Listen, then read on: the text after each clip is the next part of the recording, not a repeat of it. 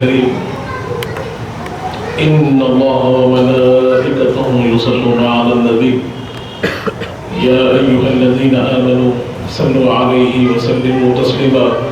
اللهم صل على سيدنا محمد وعلى آل سيدنا محمد وبارك وسلم. برادر عزیز، جیسے آپ سب جانتے ہیں کہ ہمارا یہاں حاضر ہونا اس مقصد کے ساتھ ہے کہ یہ ماہ ربیع الاول اس کو نسبت ہے حضور پاک صلی اللہ علیہ وآلہ وسلم سے، اور اس نسبت کا ہم یہی چاہتے ہیں کہ فیضان میں اور حضور پاک صلی اللہ علیہ وآلہ وسلم کی سیرت طیبہ، آپ کے اسوہ حسنہ، آپ کی سنتیں، اور آپ اس دنیا میں تشریف لا کر جو دین اسلام کی ترویج و اشاعت فرمائے ہیں اس کو ہم رفتہ رفتہ سلسلے وار جانیں، اور یہ تسلسل الحمدللہ آج بہت عرصے دراز سے بڑے وقت سے چل رہا ہے، اللہ اس کو قائم و دائم رکھے۔ لیکن جیسے ہم جانتے ہیں کہ بزرگوں کا یہی طریقہ رہا ہے کہ جب ربیع الاول شریف کی 5 تاریخ سے بعد شروع ہوتے تو سب سے پہلا بیان جو ہم سنتے اور کرتے ہیں وہ امام حسن علیہ السلام کی فضائل اور مناقب اور ساتھ ہی آپ کی شہادت عظمیٰ جو ہوئی اس کا ذکر کرتا ہے، کیونکہ 5 ربیع الاول کو نسبت حاصل ہے امام حسن علیہ السلام کی شہادت سے، تو آج ہم یہ سعادت حاصل کریں گے کہ ہم امام حسن علیہ السلام کی بابرکت شخصیت کے کچھ گوشوں کو جانیں، آپ کی شخصیت، آپ کا مقام، آپ کا مرتبہ، اور آپ کے بارے میں جو قرآن و حدیث میں موجود ہے اس کو ہم سمجھیں۔ اللہ تبارک و تعالی قرآن مجید میں ارشاد فرما رہا ہے قُلْ لَا أَسْأَلُكُمْ عَلَيْهِ أَجْرًا إِلَّا الْمَوَدَّةَ فِي الْقُرْبَىٰ۔ اے حبیب، آپ لوگوں کو سمجھا دیجیے کہ میں تم سے کوئی اجر، کوئی معاوضہ، کوئی بدلہ طلب نہیں کرتا، مگر میرے قرابت داروں سے محبت کرو۔ یہ قرآن کا حکم ہے۔ ہم نے بارہا اس آیت کریمہ کو سنا ہے کہ جہاں پر حضور پاک صلی اللہ علیہ وسلم کو اللہ تبارک و تعالی حکم دے رہا ہے کہ آپ لوگوں کو سنا دیجیے، سمجھا دیجیے کہ لوگ اگر آپ کو خوش کرنا چاہتے ہیں تو آپ کی اہل بیت اطہار سے محبت کریں، آپ کے قرابت داروں سے، آپ کے رشتہ داروں سے محبت کریں، آپ کے گھر والوں سے محبت کریں۔ برادران عزیز، جب یہ آیت کریمہ نازل ہوئی، حضرت ابن عباس رضی اللہ عنہما روایت فرماتے ہیں لما نزلت هذه الآية قل لا أسألكم عليه أجرا إلا المودة في القربى قالوا يا رسول الله من قرابتك هؤلاء الذين وجبت علينا مودتهم۔ آپ فرماتے ہیں کہ جب یہ آیت کریمہ نازل ہوئی تو صحابہ کرام نے عرض کیا یا رسول اللہ، یہ آپ کے کون سے رشتہ دار ہیں کہ جن کی محبت ہم پر واجب کر دی گئی ہے؟ تو حضور پاک نے فرمایا علی فاطمہ و ابناہما، اور کما قال رسول اللہ صلی اللہ علیہ وسلم، حضور پاک ارشاد فرماتے ہیں کہ یہ علی ہے، یہ فاطمہ ہے، اور ان کے دونوں شہزادے امام حسن، امام حسین ہیں کہ جن کی محبت اللہ نے ہر مومن پر واجب قرار دی۔ تو ہم جن کی محبت اور جن کے ذکر کے بارے میں آج بات کر رہے ہیں، جن کی یاد کو آج ہم تازہ کر رہے ہیں، جن کے فضائل و مناقب کو آج ہم سن رہے ہیں، وہ امام حسن علیہ السلام کون ہے؟ وہ اہل بیت اطہار کا حصہ ہے، وہ اہل بیت نبی صلی اللہ علیہ وسلم میں شامل ہے، اور ان کا ذکر کرنا، ان سے محبت کرنا، یہ اللہ کا حکم ہے۔ اللہ ہم کو حکم دے رہا ہے کہ تم نبی پاک صلی اللہ علیہ وسلم کی خرابت داروں سے محبت کرو، اور حضور پاک ہم کو سمجھا رہے ہیں یہ جو خرابت دار جن کا ذکر اللہ تبارک و تعالیٰ فرما رہا ہے وہ خلافت دار کون ہے؟ تو حضور پاک فرماتے ہیں وہ علی ہے، وہ فاطمہ ہے، وہ امام حسن امام حسین علیہم السلام ہے کہ جن کی محبت اللہ ہم کو فرما رہا ہے کہ تم پر واجب ہے۔ اللہ کے حکم سے ہر مومن پر اہل بیت اطہار کی محبت واجب ہے، اور آج انہی کی ان نفوس قدسیہ میں سے ہم امام حسن کو یاد کر رہے ہیں۔ برادران عزیز، ہم جانتے ہیں کہ مولا علی مشکل کشا اور سیدہ کائنات سیدتنا فاطمہ الزہرا سلام اللہ علیہا، جب آپ کا نکاح ہوا، نکاح کا واقعہ بھی ہمارے سامنے ہے کہ اللہ تبارک و تعالیٰ نے جبرائیل امین کو بھیجا۔ جبرائیل امین حضور پاک کی بارگاہ میں حاضر ہو کر عرض کرتے ہیں یا رسول اللہ آپ پر سلام بھیجتا ہے اور آپ کو یہ حکم دیتا ہے کہ پروردگار عالم نے آسمان دنیا میں آپ کی شہزادی بی فاطمہ الزہرا سلام اللہ علیہا اور مولا علی کا نکاح کر دیا ہے،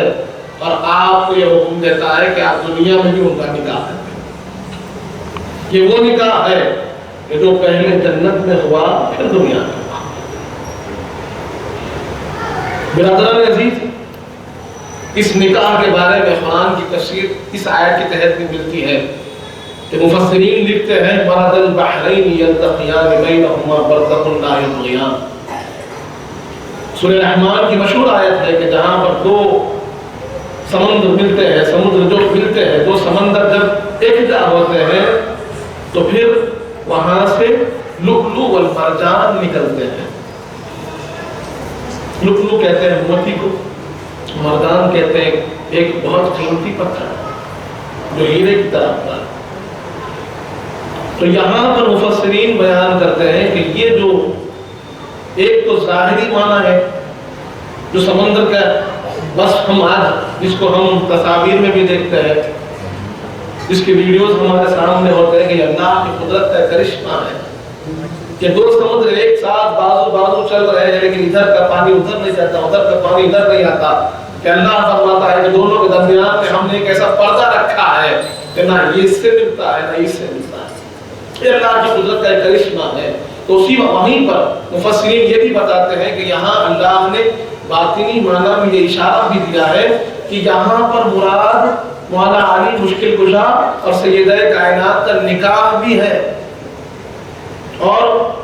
اس نکاح سے تشریف لانے والے لؤلؤ والمرجان سے جو اشارہ ہے وہ ایک امام حسن کی طرف ہے اور ایک امام حسین کی طرف ہے۔ مفسرین کے اپنے اپنے دلائل موجود ہیں۔ اس کے بعد پھر ہم دیکھتے ہیں کہ نکاح ہوا، نکاح کے بعد جو سب سے پہلے شہزادے تولد ہوئے، سیدہ کائنات کے کاشان اقدس کی جو تشریف لائے، جب شہزادے تولد ہوئے تو حضور پاک صلی اللہ علیہ وآلہ وسلم کو اطلاع دی گئی کہ یا رسول اللہ سیدہ کائنات کے گھر ایک شہزادے تولد ہوئے ہیں،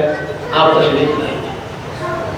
حضور پاک صلی اللہ علیہ وسلم احادیث کریمہ میں آتا ہے کہ حضور پاک تشریف لاتے ہیں، صحابہ کرام بھی آپ کے ساتھ ہیں،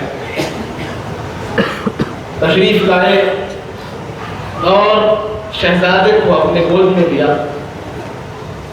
گود میں لینے کے بعد اپنے لعاب دہن کی گٹی دی۔ ہم جانتے ہیں کہ بچوں کو گٹی دی جاتی ہے، کوئی کھجور سے دیتے ہیں، کوئی شہد سے دیتے ہیں، کوئی کسی اور چیز سے دیتے ہیں، لیکن حضور پاک کے شہزادوں کا یہ معاملہ تھا کہ اس دنیا میں سب سے پہلے کوئی چیز چکھے تو حضور پاک کا لعاب دہن چکھا۔ اس کے بعد حضور پاک نے ارشاد فرمایا، مولا علی مشکل کشا جو کہ حضور کے داماد بھی تھے، حضور کے چہیتے بھی تھے، والد گرامی بھی بنے تھے ابھی وہ فرمایا علی ذرا، مولا علی حاضر ہو یا رسول اللہ۔ اس پر حضور پاک نے ارشاد فرمایا، علی کچھ نام سوچا ہے،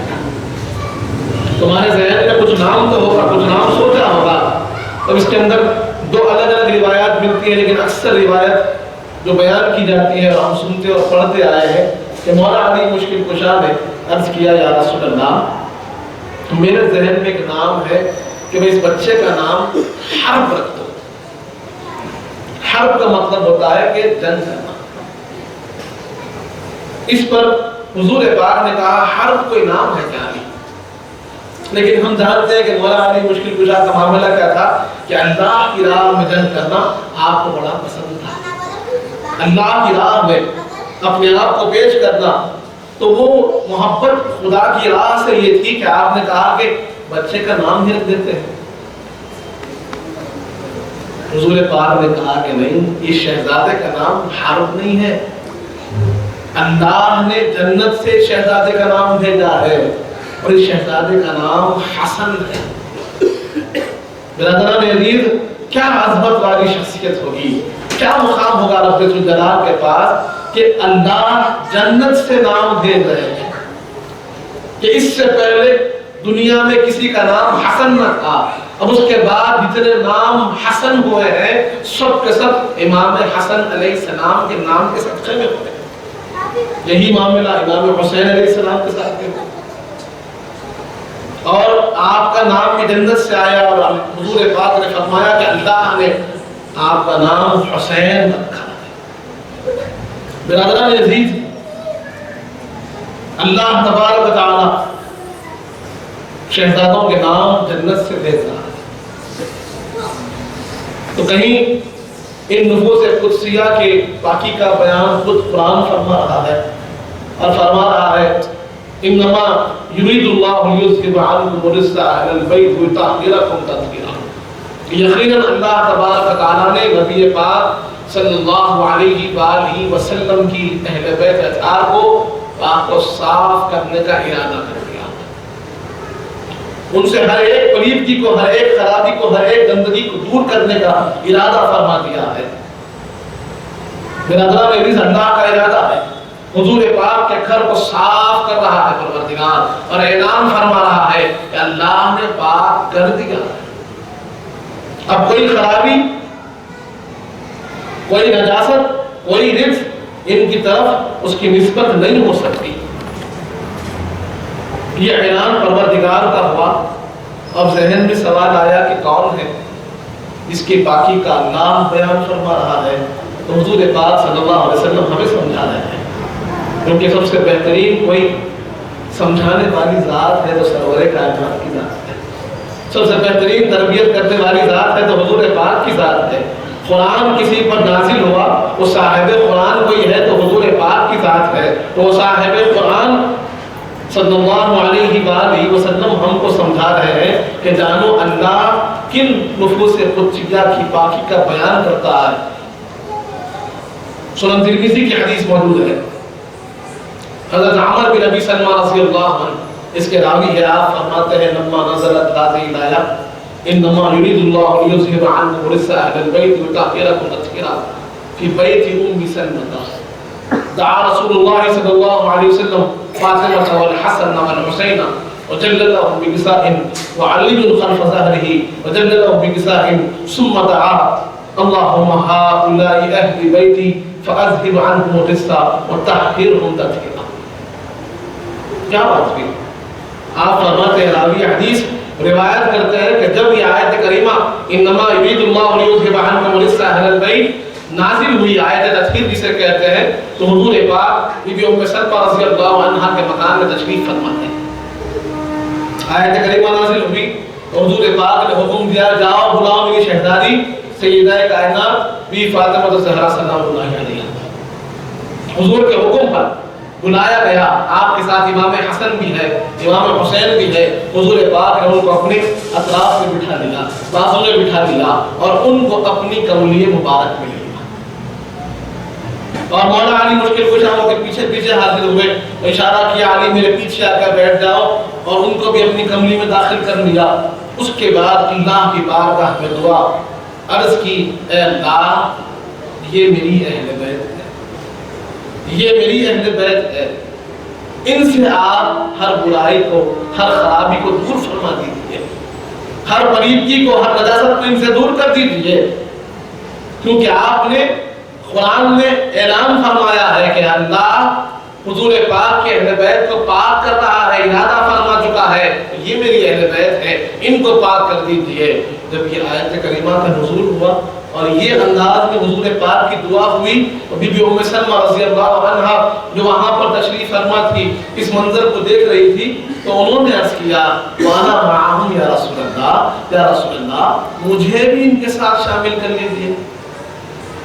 آپ نے فرمایا اے ام سلمہ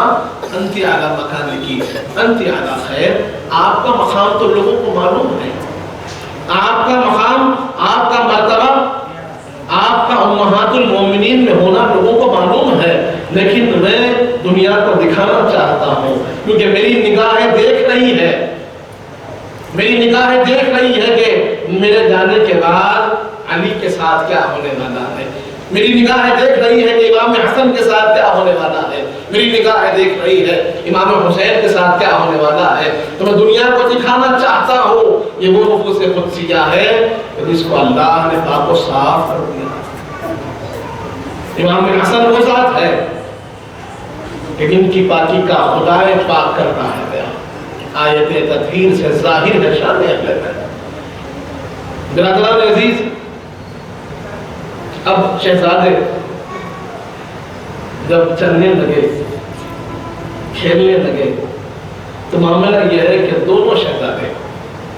امام حسن امام حسین علیہ السلام، یہ دونوں کے دونوں شہزادے ہمیشہ حضور پاک صلی اللہ علیہ وسلم سے بالکل لگے رہتے تھے، بالکل جڑے رہتے تھے، اور اس کی اس محبت کا انداز ہم کو اس حدیث پاک سے ملتا ہے۔ حضرت اسامہ بن زید رضی اللہ عنہ روایت فرماتے ہیں کہ رات کا وقت تھا، میں اپنے کسی غرض سے، کسی مقصد اور کسی حاجت کے تحت حضور پاک صلی اللہ علیہ وسلم کی بارگاہ میں حاضر ہوا، رات میں حاضر ہوا، دستک دی تو سرور کائنات باہر تشریف لائے، کملی مبارک اوڑے ہوئے تھے۔ جب حضور پاک صلی اللہ علیہ وسلم باہر تشریف لائے تو آپ کہتے ہیں کہ میں نے اپنے معروضات عرض کیے، جو کچھ میری ضرورت تھی، جو سوال تھا وہ میں نے عرض کر دیا۔ آپ کہتے ہیں جب مسئلہ حل ہو گیا، حضور پاک نے جواب دے دیا، تو میں نے جب غور کیا کہ حضور پاک صلی اللہ علیہ وسلم اپنی کملی مبارک میں کچھ وزن اٹھائے ہوئے ہیں، ایسے محسوس ہو رہا ہے کہ آپ کچھ اندر بوجھ ہے، وزن ہے، کوئی چیز ہے جو تھامے ہوئے ہیں۔ تو آپ نے عرض کیا، راوی کہتے ہیں کہ میں نے عرض کیا یا رسول اللہ اگر کوئی خدمت ہو تو خادم حاضر ہے، کوئی چیز اگر ایسی ہو کہ جس کو اٹھانا ہے، جس کو پکڑنا ہے، جس کو تھامنا ہے تو میں حاضر ہوں، میں خدمت کے لیے موجود ہوں۔ حضور پاک نے اپنی کملی مبارک کو آہستہ سے ہٹایا تو راوی کہتے ہیں میں نے دیکھا کہ ایک طرف امام حسن علیہ السلام حضور کے سینے اطہر کو چمٹے ہوئے ہیں، ایک طرف امام حسین علیہ السلام حضور کے سینے اقدس کو چمٹے ہوئے ہیں۔ یہ منظر کو دیکھتا ہوں، شہزادوں کی محبت کو دیکھتا ہوں، حضور پاک کی شفقت کو دیکھتا ہوں، تو آپ کہتے ہیں بے ساختہ میری زبان سے نکل گیا یا رسول اللہ آپ ان سے بڑی محبت فرماتے ہیں، آپ ان سے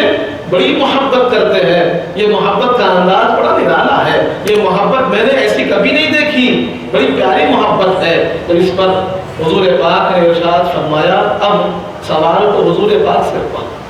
لیکن اب سرور کائنات جواب میں کیا فرماتے دیکھیے، اللہم، توجہ پروردگار کی طرف، سوال تو انہوں نے کیا تھا لیکن اس سوال کے صدقے میں اب ہم کو کیا مل رہا ہے دیکھیے کہ حضور پاک صلی اللہ علیہ وسلم اب رب ذوالجلال کی بارگاہ میں دعا عرض کر رہے ہیں، اللہم انی احبہما فاحبہما، اے اللہ میں ان دونوں سے بڑی محبت کرتا ہوں، آپ بھی ان سے محبت کیجئے، وَأَحِبْ مَنْ يُحِبَّهُمَا، اور اس شخص سے بھی محبت کیجئے جو ان دونوں سے محبت کرتا ہے۔ برادران عزیز، اس حدیث پاک سے ہمیں معلوم ہوا حضور پاک کی دعا ہے اس شخص کے لیے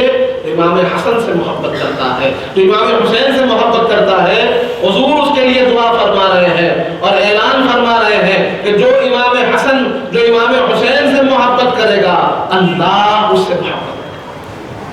گا۔ ایک بندے کو اس سے پڑھ کر کیا چاہیے کہ اس کا رب اس سے محبت کرے، اللہ اس سے محبت کرے،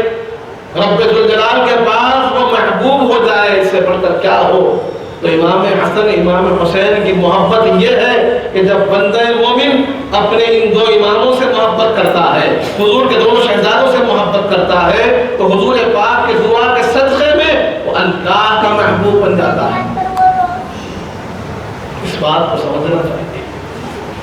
کہ اہل بیت اطہار کی محبت ہمیں کہاں سے کہاں پہنچا دیتی ہے، کس بلند مقام پر ہم پہنچ جاتے ہیں اہل بیت اطہار کی محبت کے صدقے میں۔ برادران عزیز، ایسے تو بہت واقعات ہمارے سامنے ہیں، ہم نے بات آئے واقعات کو سنا کہ امام حسن علیہ السلام کی محبت کا انداز کیسے، امام حسین علیہ السلام کی محبت کا انداز کیسے۔ روایت میں آتا ہے، مشہور روایت ہے، سنن ترمذی میں حدیث موجود ہے، ابن ماجہ میں حدیث موجود ہے کہ شام کی نماز، رات کی نماز کا وقت ہو رہا تھا، حضور پاک صلی اللہ علیہ وسلم صحابہ اکرام کو نماز پڑھا رہے تھے۔ نماز پڑھاتے ہوئے نماز کے دوران ایک سجدہ بڑا لمبا ہو گیا، ایک سجدہ حضور پاک نے بہت لمبا کر دیا۔ تو راوی حدیث جو ہیں وہ فرماتے ہیں صحابی رسول کہ حضور پاک کے پیچھے میں بھی نماز پڑھ رہا تھا، جب میں نے سجدے کو بہت لمبا دیکھا کہ 5 تسبیح ہو گئے، 7 تسبیح ہو گئے، 11 تسبیح ہو گئے، اتنا لمبا سجدہ آج تک حضور پاک نے کبھی نہیں فرمایا تھا۔ تو آپ کہتے ہیں کہ میرے دل میں بے چینی اور بے قراری شروع ہو گئی۔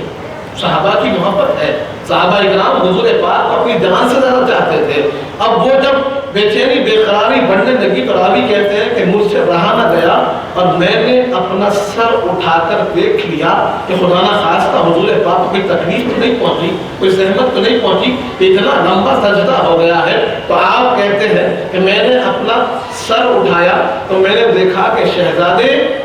امام حسن ایک روایت کے مطابق، امام حسین ایک روایت کے مطابق کہ شہزادے حضور پاک کی پشت پر بیٹھے ہیں، حضور پاک کی پشت پر حضور پاک کے شہزادے امام حسن بیٹھے ہوئے ہیں، امام حسین بیٹھے ہوئے ہیں۔ تو اس پر آپ کہتے ہیں کہ جب میں نے دیکھا کہ کوئی خاص بات نہیں ہے، شہزادوں کے پیٹھ پر بیٹھنے کی وجہ سے حضور پاک سجدے کو طویل کر رہے ہیں، تو میں پھر واپس سجدے میں چلا گیا۔ نماز مکمل ہوئی، کچھ دیر بعد تو دیگر جو صحابہ اکرام تھے وہ بھی تشویش میں تھے، انہوں نے پوچھ لیا یا رسول اللہ بات کیا ہے، اتنا لمبا سجدہ؟ کیا کوئی وحی نازل ہوئی، اللہ نے کچھ احکامات یا آیات نازل فرمائے کہ اتنا لمبا آپ نے سجدہ فرمایا؟ تو حضور پاک نے فرمایا کہ نہیں، کوئی وحی نازل نہیں ہوئی، بات یہ ہے کہ میرا شہزادہ حسن، ایک روایت کے مطابق میرا شہزادہ حسین میری پیٹھ پر آ کر بیٹھ گیا تھا اور میرا دل گوارا نہ کرا کہ میں سجدے سے سر اٹھاؤں اور میرا شہزادہ میری پیٹھ سے نیچے آ جائے اور اس کو کوئی زحمت ہو، اس لیے جب تک میرا بچہ بیٹھا رہا میں بھی اللہ کے اسمی بیان کرتا رہا۔ برادران عزیز، محبت کا کیسا انداز ہے، حضور پاک ہم کو سکھا رہے ہیں، صحابہ اکرام اس منظر کو دیکھ کر ہمیں سنا رہے ہیں۔ تبھی تو بار بار حضرت ابوبکر صدیق فرماتے تھے، حضرت ابوبکر صدیق جب دونوں شہزادوں کو دیکھتے تو مولا علی مشکل کشا کو دیکھ کر کہتے علی، حسن تمہاری طرح نہیں ہے، امام حسن حضور پاک کی طرح ہے، امام حسین تمہاری طرح ہے۔ کیونکہ امام حسن علیہ السلام کا یہ خاصہ تھا، امام حسن علیہ السلام کا معاملہ یہ تھا کہ امام حسن علیہ السلام ہو بہو سرور کائنات کی تصویر تھے، ہو بہو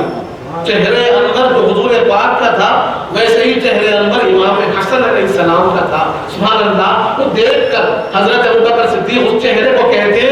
کہ حسن علی تمہاری طرح نہیں، رسول پاک کی طرح ہے، ہاں حسین تمہاری طرح ہے۔ تو مولا علی بھی مسکرا کر کہتے ہیں ہاں ابوبکر صدیق آپ سچ کہہ رہے ہیں، حسن کا چہرہ بالکل میرے آقا کی طرح ہے۔ تو ہم شبیہ پیغمبر تھے امام حسن. کون تھے؟ ہم شبیہ پیغمبر امام حسن علیہ السلام. برادران عزیز واقعہ یاد آ رہا ہے کہ جب حضور پاک کی پردہ فرمائی ہوئی، پردہ فرمائی کے بعد حضرت بلال کیونکہ حضور پاک کے جدائی کا غم سہ نہ پائے اور حبشہ کو چلے گئے. اکثر صحابہ کرام الگ الگ اپنے جگہوں پر جا کر تبلیغ کا بھی کام کرتے تھے اور لوگوں کو اسلام کی دعوت دینے کے لیے اپنے اپنے ملکوں اپنے اپنے شہروں میں جا کر کام کرنے لگے تھے. تو حضرت بلال حبشہ کو چلے گئے اور خواب میں سرور کائنات کا دیدار ہوا. حضور پاک صلی اللہ علیہ وآلہ وسلم حضرت بلال کے خواب میں تشریف لائے اور حضرت بلال سے فرمایا، اے بلال کیا تمہیں ہماری یاد نہیں آتی؟ کیا تمہیں ہماری یاد نہیں آتی کہ تم حبشہ چلے گئے اور واپس کیوں نہیں گئے؟ اس پر حضرت بلال فرماتے ہیں کہ میں جیسے ہی نیند سے اٹھا بے خراب ہو گیا. سرور کائنات کا حکم کہ میرے آقا مجھ کو یاد کر رہے ہیں. میں جو کچھ سامان میرے پاس تھا جمع کیا اور اپنے اونٹ پر سوار ہو کر مدینہ پاک کو نکل گیا. فوراً رات ہی رات نکل گیا اور سفر طے کر مدینہ پاک کو پہنچا. حدیث پاک میں آتا ہے حضرت بلال جب حضور پاک کی بارگاہ میں حاضر ہوئے، حضور کی قبر انور پر حاضر ہوئے تو اپنا چہرہ حضور پاک کی قبر انور پر رکھ کر اتنا روئے کہ آپ کے آنسوؤں سے سرور کائنات کی قبر انور کی مٹی بھیگ گئی. حضرت بلال کی محبت. اس کے بعد جب تھوڑا سا جب آپ کو افاقہ ہوا، تھوڑا آپ مطمئن ہوئے، سکون میں آئے تو صحابہ کرام موجود تھے، خلفائے راشدین موجود تھے، خود مولا علی مشکل کشا موجود تھے اور آپ سب نے خواہش کی بلال ایک مرتبہ پھر وہ اذان سنا. وہ اذان جو حضور پاک کے زمانے میں آپ دیتے تھے، ہمیں وہ اذان سننی ہے، پھر ایک مرتبہ سنا دو. اب حضرت بلال نے عرض کیا کہ یہ مجھ سے نہ ہو پائے گا، یہ مجھ سے نہ ہو پائے گا کہ میں اس زمانے میں اذان دیتا تھا تو میرے سامنے میرے آقا جلوگر ہوتے تھے، حضور پاک میرے سامنے تشریف فرما ہوتے تھے. میں اس چہرے انور کو دیکھ کر اذان دیتا تھا. جب اشہد ان محمد رسول اللہ کہتا تھا تو میری نگاہیں حضور پاک کے چہرے انور پر پڑتی تھی اور میں دیکھ کر گواہی دیا کرتا تھا. لیکن آج کیا کروں، اب ممکن نہیں. لیکن کیونکہ صحابہ کرام اکابر صحابہ کی خواہش تھی، سب سننا چاہتے تھے، ان یادوں کو پھر تازہ کرنا چاہتے تھے. تو حضرت جب اصرار ہوا تھا، آپ نے کہا ایک شرط پر یہ اذان ہوگا کہ میرے سامنے حضور پاک کے دونوں شہزادوں کو بٹھاؤ، امام حسن امام حسین کو بٹھا دو، کیونکہ میں جب دونوں شہزادوں کو دیکھتا ہوں تو میرے سامنے حضور پاک کی تصویر سامنے آ جاتی ہے. کیونکہ امام حسن کا انداز کہ چہرے انور بالکل حضور پاک کے چہرے انور کی طرح، اور امام حسین کا انداز کہ جسم مبارک سارا کا سارا حضور پاک کے جسم مبارک کی طرح. جب دونوں ساتھ ہوتے ہیں تو میرے سامنے حضور پاک کی ہو بہو تصویر ہوتی ہے. تو میں چاہتا ہوں کہ اب ان دونوں کو میرے سامنے بٹھا دیجیے، اس کے بعد میں اذان دوں گا. اب حضرت بلال دونوں شہزادوں کو دیکھتے ہوئے اذان دے رہے ہیں. اللہ اکبر اللہ اکبر اللہ اکبر اللہ اکبر اشہد ان لا الہ الا اللہ اشہد ان لا الہ الا اللہ. اس کے بعد فرمایا اشہد ان محمد رسول اللہ، اور بے ہوش ہو گئے. کیا عشق تھا کہ حضور پاک کی یاد میں جب حضور پاک کے نام مبارک کو زبان سے ادا کیا تو بے ہوش ہو گئے. حضرت بلال کو پھر اٹھایا گیا. برادران عزیز، یہاں پر صحابہ کرام ہم کو سمجھا رہے ہیں، حضرت بلال ہم کو بتا رہے ہیں کہ صحابہ کرام جب امام حسن کو دیکھتے، امام حسین کو دیکھتے تو ان کے سامنے حضور پاک کی یاد تازہ ہو جاتی تھی. یہ وہ شہزاد ہے. حضرت ابوبکر صدیق مشہور واقعہ ہمارے سامنے ہے کہ آپ جب خلیفۃ المسلمین بنے تو اپنے دور میں اگر دونوں شہزادوں کو کھیلتا ہوا پایا، دونوں کو اپنے کاندھے پر بٹھا کر مدینہ پاک میں گھومتے تھے. ایک صحابی نے اس منظر کو دیکھا کہ حضرت ابوبکر صدیق جو خلیفۃ المسلمین ہے وہ دونوں شہزادوں کو اپنے کاندھے پر بٹھا کر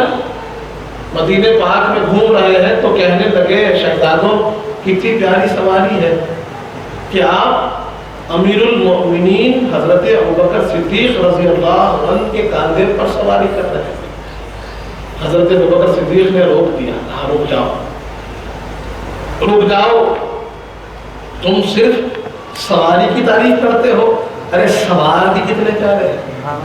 سوار بھی کتنے پیارے ہیں، کیا تم نہیں جانتے یہ سوار کون ہے؟ یہ شہزادے رسول ہے، ہم شبیہ رسول ہے، ایک طرف امام حسن ہے، ایک طرف امام حسین ہے، یہ جنتی نوجوانوں کے سردار ہیں، کیا تم نہیں جانتے؟ سنو میں تمہیں حدیث پاک سناتا ہوں۔ حضرت ابوبکر صدیق اب حدیث پاک سنا رہے ہیں اور فرماتے ہیں کہ میں نے حضور پاک صلی اللہ علیہ وآلہ وسلم کو دیکھا ہے کہ حضور پاک صلی اللہ علیہ وآلہ وسلم اپنے دونوں شہزادوں کو اسی طرح کاندھے پر بٹھا کر مدینہ پاک کا سیر کراتے تھے، اور میں ابوبکر صدیق اس منظر کو دیکھ کر میں نے فرمایا تھا کہ شہزادوں کتنی پیاری سواری ہے کہ سید المرسلین کی سواری کر رہے ہو، رسول اعظم کی سواری کر رہے ہو، رحمت للعالمین کی سواری کر رہے ہو۔ تو حضور پاک نے کہا ابوبکر رک جاؤ، ارے سوار بھی کتنے پیارے ہیں، اگر سواری اچھی ہے تو سوار بھی اچھے ہیں۔ برادران عزیز یہ محبت کا انداز سرور کائنات کا ہے، اور ہمیں صحابہ اکرام کی محبت سکھا رہے ہیں۔ امام حسن علیہ السلام کی یہ خوبی تھی کہ آپ حضور پاک صلی اللہ علیہ وسلم کے ہم شبیہ تھے، حضور پاک کا چہرے انور جیسا تھا، آپ کا بھی چہرے انور جیسے۔ برادران عزیز اس کے بعد پھر جب معاملہ آگے بڑھا، حضرت عمر فاروق کا دور آیا اور آپ کا دور ان کے دراز رہا۔ حضرت ابوبکر صدیق کا دور 2.5 سال کا تھا، اس کے بعد آپ کا وصال ہو گیا، تو اس کے بعد حضرت عمر فاروق رضی اللہ عنہ خلیفۃ المسلمین بنے، اور آپ کا جو دور رہا وہ 10 سال کا رہا۔ اس دور میں جو شہزادے کم سن تھے اب وہ سن بلوغ کی طرف آ گئے،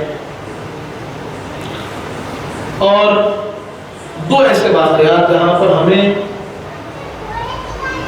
حسنین کریمین کی محبت کا سلیقہ اور طریقہ ملتا ہے حضرت عمر فاروق سے۔ ایک مرتبہ کا تو بڑا مشہور واقعہ ہے کہ حضرت عمر فاروق رضی اللہ عنہ کیونکہ آپ خلیفۃ المسلمین تھے، کسی کام میں بڑے مصروف تھے اور مصروفیت کی بنا پر آپ نے اپنے جو دربان تھے، جو آپ کے پاس کام کرنے والے ورکر تھے، ان سے کہہ دیا تھا کہ مجھے کوئی ڈسٹرب نہیں کرے گا، کوئی میرے کام میں خلل نہیں ڈالے گا، مجھے کوئی ڈسٹرب نہیں کرے گا، میں اہم کام میں مصروف ہوں۔ معاملہ یہ ہوا کہ آپ کے بیٹے عبداللہ بن عمر رضی اللہ عنہ وہ اپنے بابا جان سے ملنے کے لیے حاضر ہوئے، تو دربان نے کہا کہ آپ کے بابا جان کا حکم ہے کہ بابا جان مصروف ہیں، کسی سے ملاقات نہیں کرتے۔ عبداللہ بن عمر رضی اللہ عنہ نے کہا کہ میں خلیفہ کا بیٹا ہوں، تم مجھے روک رہے ہو؟ تو انہوں نے کہا کہ آپ کے بابا کو خوب جانتے ہیں، مجھ سے بہتر آپ جانتے ہیں، ان کا جلال آپ جانتے ہیں، ان کا مزاج آپ جانتے ہیں، میری اتنی ہمت نہ ہوگی کہ فاروق اعظم کا حکم ہو اور اس کے بعد میں اس کی حضور مختلف کروں۔ حضرت عبداللہ بن عمر رضی اللہ عنہما وہاں پر کچھ دیر توقف فرمائے تو ان کے پیچھے امام حسن بھی تشریف لائے۔ امام حسن نے دیکھا کہ حضرت عبداللہ بن عمر جو خلیفۃ المسلمین حضرت عمر فاروق کے بیٹے ہیں، انہی کو روک دیا گیا، تو آپ بھی لوٹ کر واپس جانے لگے۔ دربان نے یہ بات دیکھی، دربان صرف جلال فاروقی سے واقف نہیں تھا، مزاج فاروقی سے واقف تھا، حضرت عمر فاروق کے مزاج سے واقف مزاج شناس دربان تھا۔ اندر چلا گیا، جیسے ہی دیکھا کہ امام حسن واپس جا رہے ہیں، وہ فوراً اندر کو چلا گیا۔ حضرت عمر فاروق نے کہا کہ میں نے تجھے دوسروں کو آنے سے منع کیا، مجھے خلل ڈالنے سے منع کیا، تو ہی کھانا ڈالنے کے لیے اندر آ گیا؟ کیا بات ہے، ایسا کیا آن پڑی؟ اس نے عرض کیا کہ میں معذرت خواہ ہوں، لیکن ایسی بات ہو گئی کہ جس کے بارے میں بتانا ضروری سمجھا کہ حضور پاک کے شہزادے امام حسن آئے تھے اور آپ کے پاس آ کر پھر واپس چلے گئے، مجھ سے بھی کچھ نہیں کہا۔ دیکھیے قربان جائے حضرت عمر فاروق کی محبت پر کہ حضرت عمر فاروق اپنا کام چھوڑتے ہیں اور باہر کی طرف تشریف لاتے ہیں اور دربان سے کہتے ہیں کہ آگے جاؤ اور شہزادے کو بلا کر آؤ۔ دربان دوڑتا ہوا جاتا ہے اور آپ کو امام حسن کو روک کر بلا کر لے کر آتا ہے۔ حضرت عمر فاروق کہتے ہیں کہ کیا بات ہے شہزادے، آپ آئے اور واپس چلے گئے، کوئی بات ہو گئی، کچھ ناراضگی ہے؟ آپ نے کہا کہ نہیں، ایسے کچھ نہیں ہے۔ بات یہ ہے کہ میں نے دیکھا آپ کے بیٹے حضرت عبداللہ ابن عمر آ کر واپس جا رہے ہیں، تو میں نے دیکھا کہ جب خلیفہ کے بیٹے ہی ملاقات نہیں کر رہے ہیں تو میں کیسے ملاقات کروں، اس لیے واپس جا رہا تھا۔ تو حضرت فاروق اعظم یہاں پر ایک تاریخی جملہ عنایت فرماتے ہیں اور سمجھاتے ہیں امت کو کہ جب کبھی شہزادوں کو دیکھو تو کس نگاہ سے دیکھو۔ کہ فاروق اعظم رضی اللہ عنہ فرما رہے ہیں کہ وہ عمر کا بیٹا ہے، اب رسول پاک کے شہزادے ہیں۔ میں جو کام میں لگا ہوا ہوں آپ کے نانا کا کام ہے، آپ کے لیے کوئی رکاوٹ نہیں ہے۔ اسی طرح ایک اور حدیث پاک بڑی مشہور ہے، ایک مرتبہ مال غنیمت حضرت عمر فاروق کے پاس آیا اور حضرت عمر فاروق نے مال غنیمت کی تقسیم فرمائی، تو جو بدر والے صحابہ تھے، جو بدر میں شریک تھے، ہم جانے کے کہ بدر کا معاملہ کیسا رہا، بدر کی خصوصیت کیا ہے، اس کو بھی آگے ہم جانیں گے کہ جو بدر والے صحابہ تھے ان کو 1000 درہم دیتے تھے، اور جو دوسرے جو بدر کے نہیں تھے بعد والے صحابہ تھے ان کو 500 درہم دیتے۔ یہ طریقہ تھا کہ ان کی سٹیٹس اور ان کی قربانیاں اس کو ایکنالج کرنے کے لیے، اس کی اہمیت کو بتانے کے لیے ان کو زیادہ نذرانہ پیش کیا جاتا تھا۔ تو 1000 ان کو دیے گئے، 1000 ان کو دیے گئے۔ جب امام حسن امام حسین کی باری آئی تو حضرت عمر فاروق نے آپ دونوں کو بھی 1000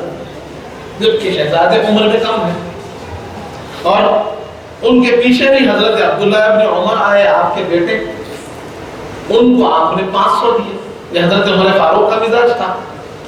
500 دیے۔ اور بیٹے ہیں، بیٹے نے والد سے پوچھ لیا کہ بابا جان آپ نے حسن اور حسین علیہ السلام، یہ دونوں شہزادے جو مجھ سے عمر میں بہت چھوٹے ہیں، جب یہ چھوٹے تھے، کم سنی تھی، میں ان کے نام رسول پاک کے لیے جنگ لڑتا تھا، میں وہاں پر موجود تھا جنگوں میں جب امام حسن امام حسین چھوٹے تھے، لیکن آپ مجھے 500 دے رہے ہیں اور ان کو 1000 دے رہے ہیں، ایسا کیوں؟ حضرت عمر فاروق یہاں فرماتے ہیں اے عبداللہ، یہ سوال کرنے سے پہلے دیکھ لو کہ تم کون ہو، وہ کون ہے، تمہارے والد کون ہے، ان کے والد کون ہے، تمہاری والدہ کون ہے، ان کی والدہ کون ہے، تمہارے نانا کون ہے، ان کے نانا کون ہے، تمہاری نانی کون ہے، ان کی نانی کون ہے، کہ تمہارے والد عمر ہے، ان کے والد علی ہے، تمہاری والدہ کون ہے، ان کی والدہ سیدہ فاطمہ الزہرا ہے، تمہارے نانا کون ہے، ان کے نانا جان رسول پاک ہے، تمہاری نانی کون ہے، ان کی نانی خدیجہ الکبریٰ ہے، تمہارے ماموں کون ہیں، ان کے ماموں قاسم و طاہر ہیں۔ کیا تم نہیں جانتے ان کے مقام کو کہ ان کو دیکھو تو ان کی نسبتوں سے دیکھو، ان کو جانو تو ان کی نسبتوں سے جانو، ان کی کم سنی کو مت دیکھو، دیکھو تو ان کی عظیم نسبت کو دیکھو۔ یہ حضرت عمر فاروق اپنے شہزادے کی تربیت کر رہے ہیں، اگر چاہتے تو کہہ دیتے کہ میں نے دیکھ دیا ہے، میرا فیصلہ ہے، لیکن تربیت فرما رہے ہیں، اور اس تربیت کے ساتھ ساری امت کی تربیت فرما رہے ہیں کہ جب بھی حضور پاک کے شہزادوں کو دیکھو تو پھر اس نسبت سے دیکھو تو حضور پاک سے ان کو حاصل ہے۔ برادران نے حضرت عمر فاروق نے یہ محبت اور یہ ادب ہم کو سکھایا، اور جب ہم امام حسن علیہ السلام کی بات کر رہے ہیں، آپ کی شخصیت جیسے ہم دیکھتے ہیں کہ حضور پاک کے چہرے انور کی ہو پر اٹھے، اسی طرح حضور پاک کے اخلاق کے بھی ہو پر اٹھے۔ حضور پاک کے جو اخلاق کریمہ تھے وہ امام حسن علیہ السلام میں کامل پائے جاتے تھے، مزاج میں بڑی نرمی اور انکساری تھی۔